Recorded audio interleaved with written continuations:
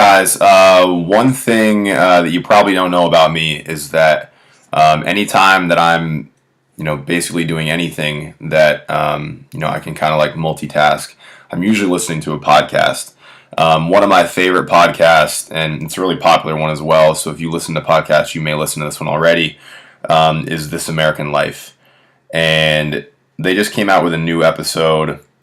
They always come out on Sundays. So I was just listening this morning to the new one. And, the intro is one of the most interesting intros that I've ever heard. And it really spoke to me and really just kind of, what I do and how I like ask people to think about it. So I'm just going to play it for you. And then we'll kind of talk a little bit about like what it means. I'm just going to kind of show you what it means. It's called it's episode 630, Things I Mean to Know. Kind of see it right there. Cool. So I'm going to turn it up loud and I'm going to play it and we'll go from there. Just going to play like a minute or two, okay? Okay. All right. It is something I've been thinking about for a while, but actually it came out of this conversation I was having with Diane Wu on staff here. Diane and I are the two kind of trained scientists on the staff. Before I was in journalism, I studied physics. Diane went to grad school in chemistry. And she was telling me the story about this time she was at a conference. This was in a small town in Germany. And this Nobel Prize winner, a guy named Harold Kroto, was giving a talk. I think he, discovered the buckyball. Those little spheres of carbon, like Buckminster Fuller-shaped sphere. Yeah, like the geodesic domes of carbon. For both of us, one of the things we liked about science was this promise that we could understand how the world works. In a deep way. Everything. Except people, of course. Anyway, it was satisfying. I found it comforting. Diane did too until this day she was telling me about, when that changed. She was sitting there with all these students, listening to the Nobel chemist talk. And in the middle of the talk, kind of out of nowhere, he asks this question. He goes, how many of you believe that the sun revolves around the earth? The sun around the earth. That's wrong, right?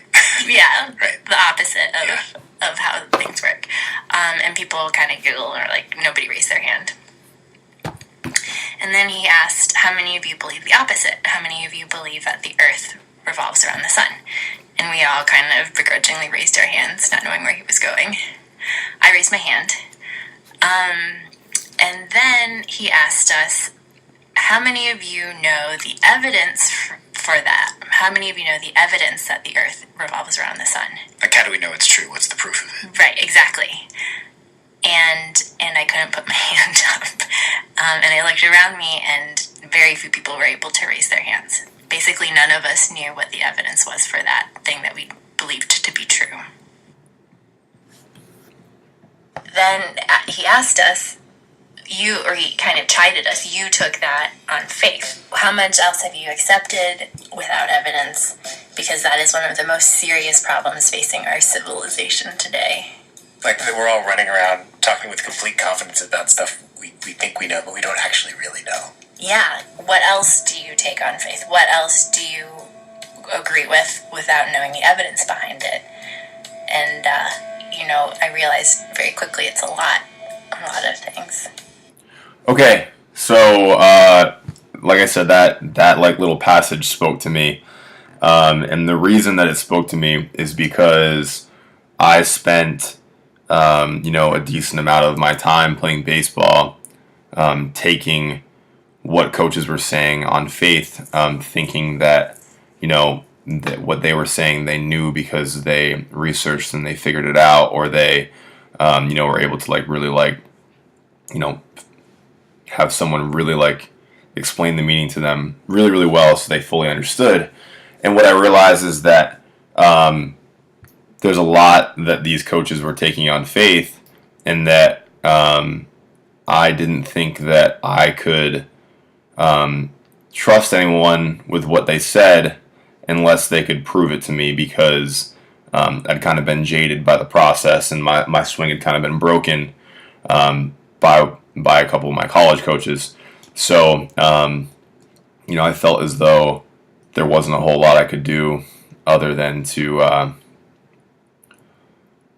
like dig in myself and really figure out how to do this thing. So she goes on to talk about how, she made a list of things that she didn't fully understand why, made a list of things that were important to her that she took on faith, and she tried to like dig in and like figure out the answers. And she realized that it was kind of too much work to be able to do it with like everything. But for me, baseball was so important to me and is so important to me that I couldn't just like let it slide and let everyone be taking, their swing advice on faith. That we had to dig in and figure out like why we do things, why certain things work, why other things don't work. So a lot of the time that I spend in my lessons, whether that's in person, online, whatever, is really just talking to the hitter and having them ask me questions. So it's not a situation that they're taking on faith at all. They're actually believing in what is being said and being taught because they understand. And if it's ever a situation that they feel like they have to take something on faith from me, then they just shouldn't do it. And that means that I don't know the information well enough to actually be teaching it. And really, they should find someone that knows the information better to be able to make them understand and have them be able to look at the path and be like, okay, this is a clear path. This is the direction that we're going to go. And, this is great. Because belief is really like huge part of being able to be a great hitter, is that your process, whatever your process is, you have to fully believe that that process is going to make you the best version of yourself possible. And if you can't sell yourself on that idea, then you're missing a key component to you being an awesome hitter. So that's I just wanted to share that with you guys, and I hope you enjoyed it. And definitely check out This American Life. That's just a really, really awesome podcast. There's a bunch of other ones that that are great as well. And I'm actually in the process of starting my own. So once that happens, I'll kind of blast it off on the YouTube channel, and then you guys can go take a look. But hope you're having a great day. Happy Halloween to you.